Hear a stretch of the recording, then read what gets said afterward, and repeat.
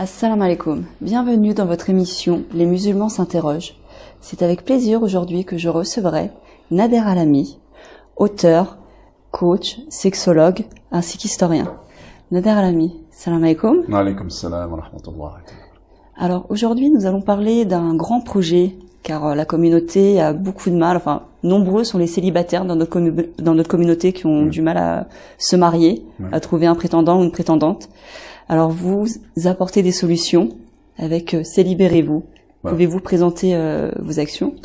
En fait, on a fondé avec quelques collègues un institut de coaching et de consulting, après Islamopsy, et nous nous sommes rendus compte qu'un fléau s'était installé sans faire de bruit, de manière très subtile comme ça, qui s'appelle, vous venez de le dire, le célibat. Et le célibat longue durée, et le célibat subi. Je ne parle évidemment pas de ceux qui se plaisent dans ce mode de vie, qui est le célibat, libre à eux, mais beaucoup de croyants et croyantes vivent dans un célibat subi, et ils n'osent pas le dire. Ils en souffrent, et ils en souffrent en silence. Et pourquoi en souffrent-ils? Ils en souffrent d'abord parce que leur spiritualité pose question ici. Pourquoi n'ai-je pas droit, moi, alors que mon corps le désire, mon cœur le désire, à une vie en couple, puis à une vie de famille? Évidemment, j'ai tous les biens matériels dont je pouvais rêver avant, j'ai enfin un travail convenable, j'ai enfin un bel appartement, j'ai une belle voiture, très bien, mais je suis seul. Mais pourquoi suis-je seul? Est-ce que c'est normal d'être seul? Il y en a qui le vivent bien, mais il y en a beaucoup qui le vivent très mal. Donc, voyant dans notre cabinet, alors je recevais dans le cadre d'Islamopsy avec ma collègue Fatima Mejdoub notamment, des personnes qui venaient pour des raisons ou d'autres, il nous est apparu comme quelque chose d'évident que l'une des raisons premières qui expliquait leur mal-être, c'était la solitude. Et donc, à quelqu'un qui a envie de dormir, à un moment donné, il faut arrêter de lui mentir, il faut lui dire, écoute, va te reposer, va te coucher. À quelqu'un qui est seul, comment longtemps ne pas lui dire qu'il te faut tout simplement être en harmonie avec ta nature, avec ta fitra, qui te demande de rencontrer quelqu'un et de fonder avec lui une nouvelle page de ta vie. Tout comme Adam a eu besoin de Ève. Allah Ta'ala lui a créé Ève de lui pour qu'elle accueille sa solitude. Nous voulons proposer aux gens de renouer avec cette union sacrée entre l'homme et la femme. L'homme et la femme sont faits pour se rencontrer. Et malheureusement, je ne parle pas encore une fois, j'insiste pour ceux qui veulent vivre comme ça, c'est leur droit. Nous, on ne force personne. Mais on dit la liberté pour tous et la liberté de celui qui veut se marier. Il faut aussi qu'elle soit respectée. Donc, tous ces blocages, tous ces freins qui ont empêché les hommes et les femmes de se rencontrer, qui même leur font se faire la guerre, leur font se détester les uns les autres. On ne compte plus. Mais il est facile quand même maintenant de se rencontrer, je veux dire, à l'heure où on va au restaurant, au cinéma, au théâtre, ou même dans les conférences. Parce que notamment, eh bien, il n'en demeure pas moins que 60% des femmes musulmanes sont célibataires. 60%. 60% des femmes musulmanes sont célibataires. C'est un record historique. Vous savez, Omar ibn al-Khattab, quand des compagnons sont venus le voir, parce que sous Omar ibn al-Khattab, l'empire a commencé à grandir.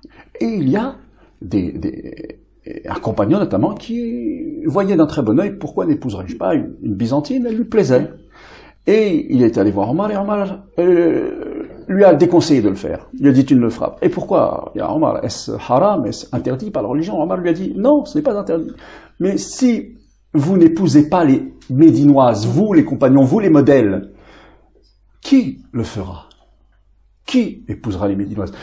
Tout cela pour vous dire qu'il avait le souci, lui qui était le responsable de la communauté, puisqu'il était le calife, il avait le souci de ces jeunes filles de Médine.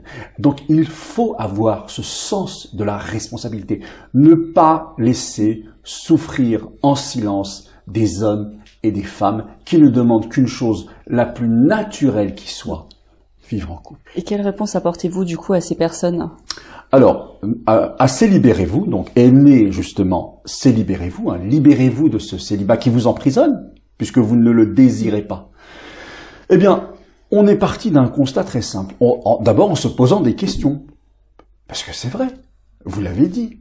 Pourquoi, alors qu'on ne s'est jamais autant rencontré dans les conférences, dans les écoles, au travail, etc., pourquoi est-il devenu si difficile de se rencontrer vraiment et d'avoir un projet commun, un projet de couple?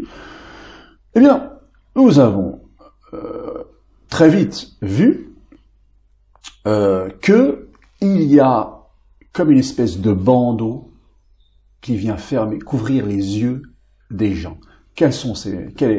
Comment s'illustre-t-il ce bandeau? Ce sont des critères bloquants. Je veux qu'il soit comme ci, comme ça, comme ci, comme ça, comme ci, comme ça. Tout le monde a des critères, mais sont-ce les bons critères? Vous savez, Dieu ne nous a pas laissé des aveugles dans la nuit. Il nous a donné un mode d'emploi. Et il est dans le Coran expliqué de la manière la plus simple et naturelle qui soit. Comment, si on est un homme, quels sont les critères pour trouver une femme? Et si on est une femme, quels sont les critères à regarder en premier si on est un homme? Mais justement, il y a les choix religieux qui sont importants dans la recherche de son partenaire. Est-ce que, le projet que vous proposez, enfin, je veux dire, célibérez-vous, répond aux critères islamiques ou, voilà, parce que c'est vrai qu'il y a des critères quand même dans les rencontres pour pouvoir former un mariage. Est-ce que ça répond du coup à ces critères? Cela répond parfaitement et je vais aller plus loin. D'accord. C'est le célibat qui ne répond pas aux critères islamiques. C'est le célibat longue durée et imposé qui est haram. Car il ne sert à rien de lire 1 milliard de livres si au final, ce que des illettrés ont su faire le plus naturellement du monde n'est pas fait. À quoi sert cette intelligence qui tue l'humanité? Car si l'on reste comme ça, à laisser le célibat se développer, détruire tout sur son passage, je parle encore une fois du célibat subi, qu'est-ce que ça fait? Ça fait que bientôt, il n'y aura plus de famille musulmane. Eh oui, car c'est encore au sein de la famille musulmane que naissent des enfants, que sont éduqués des enfants qui deviennent à leur tour des adultes et qui à leur tour donnent la vie, etc., etc. Mais aujourd'hui, nous vivons nous vivons un moment historique. Continuerons-nous d'exister dans quelques années? Donc c'est au contraire, c'est le célibat qui n'est pas islamique. J'appelle, moi, de mes vœux, nous appelons, dans l'équipe de Célibérez-vous, à ce que cette question soit à l'ordre du jour. Il est urgent, pour notre bonne santé, pour notre survie même, je vais plus loin, de considérer que cette question est très importante, elle est fondamentale, elle est prioritaire. Et est-ce que vous organisez des rencontres? Chaque week-end. D'accord. Alors ce que nous organisons, c'est des rencontres chaque week-end. Déjà, vous savez, c'est très prenant d'organiser des rencontres chaque week-end, parce qu'il s'agit de sortir les gens du virtuel. Ils sont tellement à l'aise derrière leurs ordinateurs et derrière dans leurs appartements si confortables après une journée harassante de travail. Les sortir de là. Venez, on se revoit comme se revoyaient les gens autrefois. Et les gens acceptent de sortir ou non, ou alors ils préfèrent rester chez eux alors? Alors, ça marche. Ouais, ça fonctionne. Ça marche. D'accord. Et des chiffres. Célibérez-vous est là depuis juin-juillet dernier. En 60, à peu près 60 rencontres, nous fêtons demain, Inch'Allah, le 24e mariage. En 60 ans. Parce que justement, nous détruisons ces critères. Vous savez, le prophète Mohammed sallallahu alayhi wa sallam, quand il est entré dans la Kaaba, vous vous rappelez ce qu'il a fait? Il a brisé les idoles. Nous voulons briser les idoles qui sont en toi. Ces critères qui font que qui sont la nourriture de ton ego, sont des idoles que tu t'es fabriquées comme carapace, mettent justement ce bandeau devant les yeux qui t'empêche de voir les choses telles qu'elles sont et qui contribue à ton affaiblissement sur la durée. 24e mariage en 60 rencontres, en faisant en sorte que les gens revoient les choses, qu'ils les imaginent, mais telles qu'elles sont. Le prophète sallallahu alayhi wa sallam lui-même disait « Oh Dieu, ne me montre pas, aide-moi plutôt à voir les choses telles qu'elles sont et non pas telles que je crois qu'elles sont. » Pour tout prophète qu'il était, il demandait à Dieu de lui permettre de l'aider à voir les choses telles qu'elles sont. Et par exemple, tout à l'heure, on était content, on se disait on va fêter demain le 23e mariage, et voilà qu'une femme débarque nous voir et nous dit non, vous vous trompez. Comment ça on se trompe?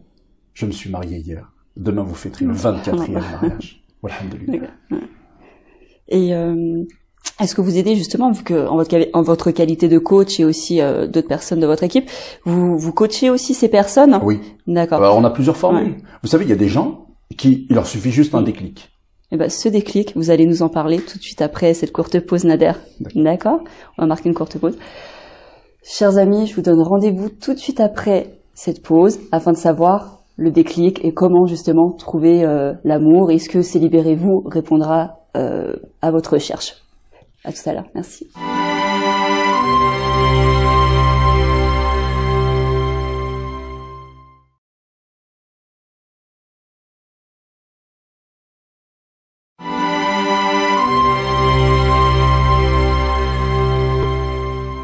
De retour dans cette seconde partie d'émission, les musulmans s'interrogent, justement.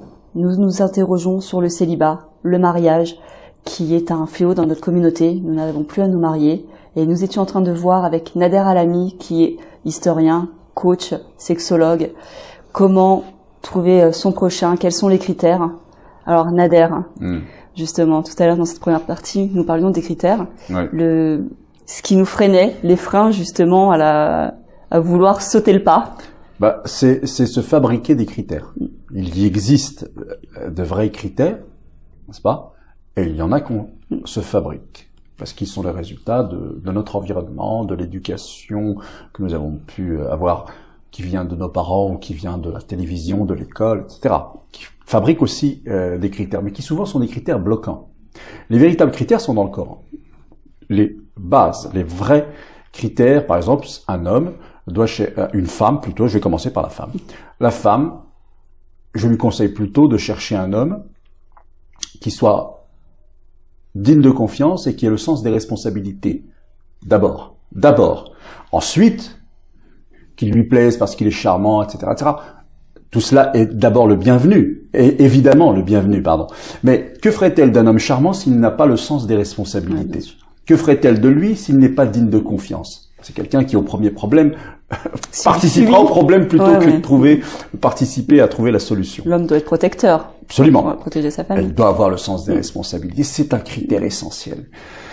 Et vous savez, c'est celle qui deviendra la femme de Moussa, Moïse, Moussa alayhi salam, qui, quand ils invitent Moïse à partager le repas sous la tente du père de cette femme se penche vers le redé de son père et lui dit: tu devrais le prendre à ton service, il est fort et digne de confiance. Autrement dit, il est responsable, il a le sens des responsabilités et il est digne de confiance. Et le père, tout de suite, se tourne vers Moussa alayhi salam et lui dit: je voudrais te proposer l'une de mes filles pour te marier avec elle. Vous voyez, lui, il a décodé ça très rapidement. Il a proposé à sa fille un homme fort et digne de confiance. Voici des critères qui, quand on sait lire le Coran de ce point de vue-là, quand on s'interroge sur les règles du mariage, voici des critères qui nous sont donnés habilement et simplement dans le Coran. Et cette femme que Moussa alayhi salam rencontre, que fait-elle dans la vie? Elle est bergère, puisqu'il la rencontre que lorsqu'il arrive dans le puits, elles sont embêtées par des hommes qui empêchent ces femmes de faire boire leur troupeau. Elle est bergère, donc elle est gestionnaire. Elle s'occupe du groupe. Un homme doit chercher une femme qui, d'abord, puisqu'il va vivre avec elle, il va partager sa vie avec elle, il va avoir des enfants avec elle, d'abord une femme de gestion, une femme qui sait gérer le groupe. Voyez-vous? Donc les critères premiers aujourd'hui sont passés après et on met d'abord, je veux qu'il me fasse rire. Je veux qu'il sache bien parler l'arabe. Mais ça c'est bien qu'il sache bien parler l'arabe, pourquoi pas. Mais après, qu'il ait le sens des responsabilités. Ce sont des critères superflus par rapport... Ils sont pas forcément superflus, mais ils ne peuvent venir en premier. L'homme est d'abord celui qui a le sens des responsabilités, d'ailleurs comme la femme. Il est préférable de vivre avec quelqu'un qui a le sens des responsabilités, plutôt que de vivre avec quelqu'un qui parle parfaitement l'arabe, mais qui a aucun sens des responsabilités. Mais est-ce que justement vous proposez des formations pour que ces gens revoient les critères? Alors, nous proposons plusieurs choses. Dans notre cabinet, nous proposons des consultations individuelles. Les gens viennent, ils ont un problème, et nous proposons un schéma thérapeutique qui conduit à l'amélioration de la vie de l'individu. Nous proposons aussi des ateliers pour hommes et des ateliers pour femmes, séparés. C'est-à-dire qu'on apprend aux hommes ce que c'est qu'un homme naturellement, dans sa fitra, et ce que c'est qu'une femme. Les hommes ne savent plus vraiment ce qu'est une femme.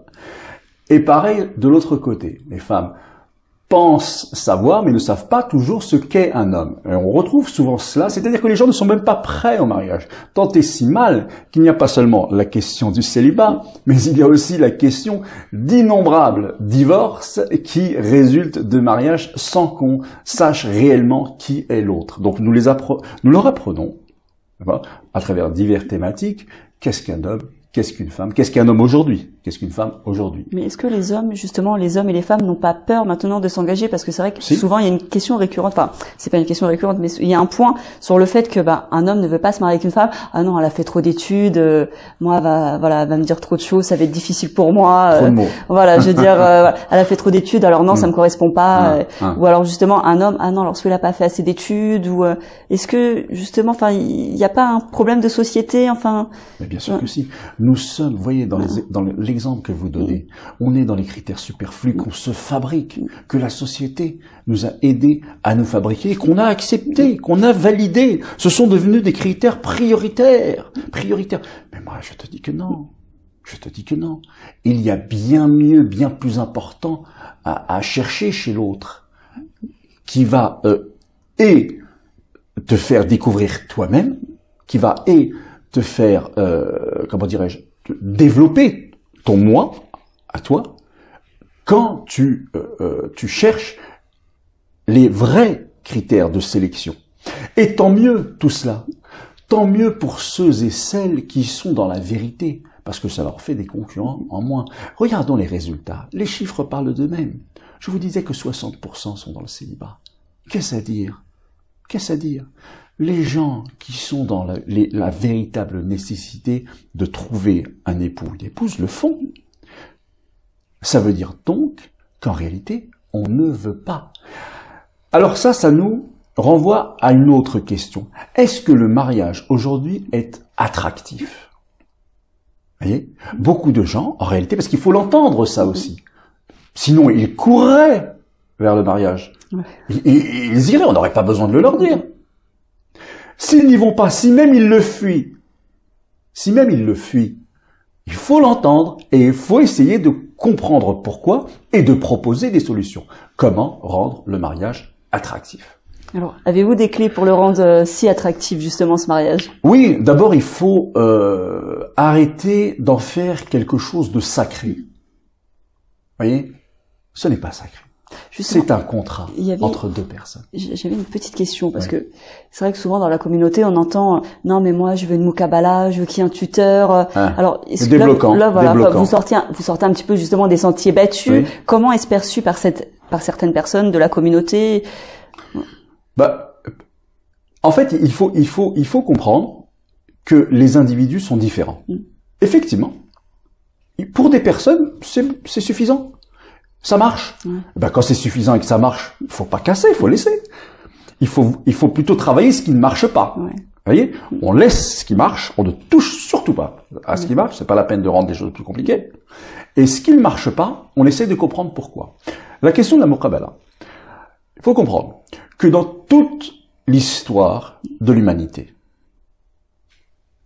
tous les espaces, chez tous les peuples, en Afrique, en Amérique, en Asie, où vous voulez, le mariage a toujours été la question des femmes. Ce sont les femmes qui faisaient et même qui défaisaient les mariages. Ce ne sont pas les hommes.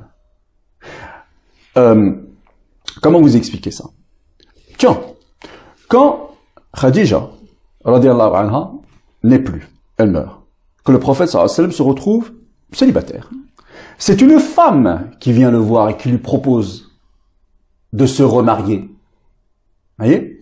Si vous regardez plus proche de nous, dans toutes les familles, plus aujourd'hui, plus à notre époque moderne, il y a encore quelques 20 ans, 30 ans, c'est pas si loin, ce sont les femmes qui disaient, tiens, parce que les femmes sont des gestionnaires, justement, on en revient à cela. Les hommes, eux, sont plutôt allés, ou étaient, en tout cas, jusqu'à une période très récente, occupés à aller chercher l'énergie, à se battre contre le dragon pour protéger le petit groupe, la petite famille, hein, le clan même, plus grand.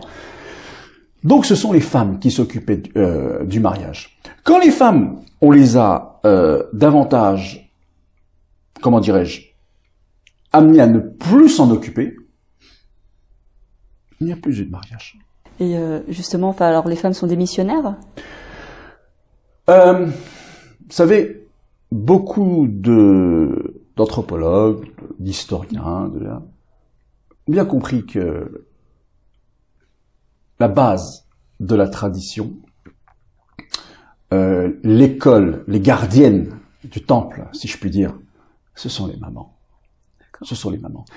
Et nous avons vécu dans notre communauté quelque chose de nouveau aussi. C'est que de plus en plus, les mamans ont éduqué, avec le concours des pères, hein, leurs enfants à privilégier d'abord leurs études, puis leur carrière professionnelle, avant de songer au mariage.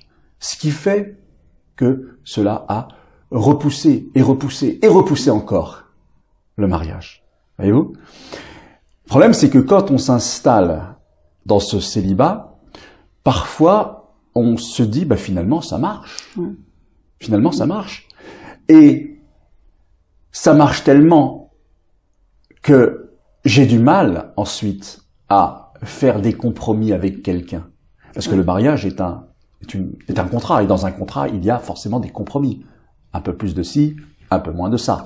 Mais si je n'ai fait pendant 20 ans des compromis qu'avec moi-même, c'est difficile ensuite. Vous voyez, il y a des bloquants comme ça qui expliquent la situation dans laquelle nous sommes. D'accord. Nader, je vous remercie en tout cas pour votre intervention. Merci à vous. Pour vos explications et pour nous aider justement à trouver notre prochain et notre prochaine, enfin la promise. Merci et à bientôt. Merci. Chers amis, je vous remercie de nous avoir suivis. J'espère que cette émission aura répondu à vos questions sur Les Musulmans s'interrogent et je vous dis à très bientôt. Salam alaikum.